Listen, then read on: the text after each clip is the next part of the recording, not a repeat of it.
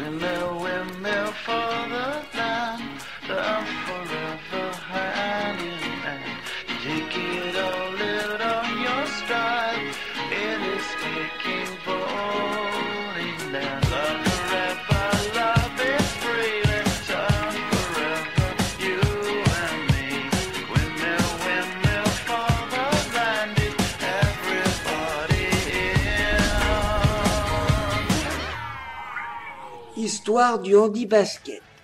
Le basket en fauteuil roulant a été inventé en 1946 à l'hôpital de rééducation de Stackmanville, en Angleterre, où il a été pratiqué pour la première fois à l'initiative du docteur Ludwig Guttmann, médecin-chef de l'hôpital, suite à l'envie de quelques paraplégiques du centre de se dégourdir les jambes, sans mauvais jeu de mots.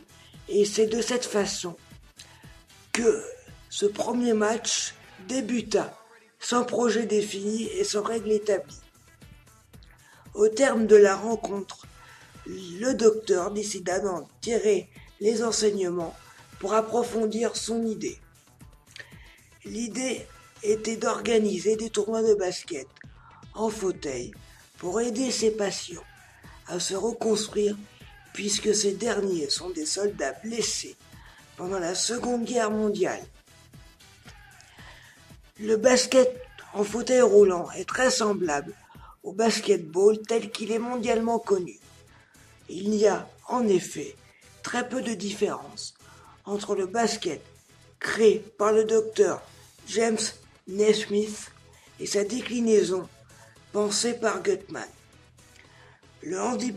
Le handi-basket, appelé aussi basket fauteuil, fit son apparition en France dès 1955, exporté par deux kinésithérapeutes du centre de rééducation motrice de Fontainebleau, Michel Boubet et Alain Bossion. À l'origine, les deux kinésithérapeutes mirent au point le handball fauteuil, mais la pratique du hand se révéla difficile, notamment au poste de gardien. Pas facile en effet de défendre les buts. L'impact des Français n'est pas moindre, puisque ce sont ces derniers qui furent les premiers à adopter le règlement du basket dit valide.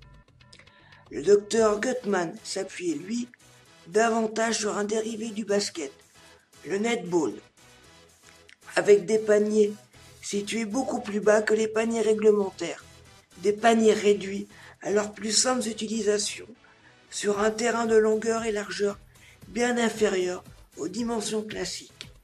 Désormais, grâce à nos deux kinés, la hauteur du panier, à 3,05 m, ainsi que la dimension du terrain, 28 mètres sur 15, sont les mêmes pour tous les pratiquants du basket.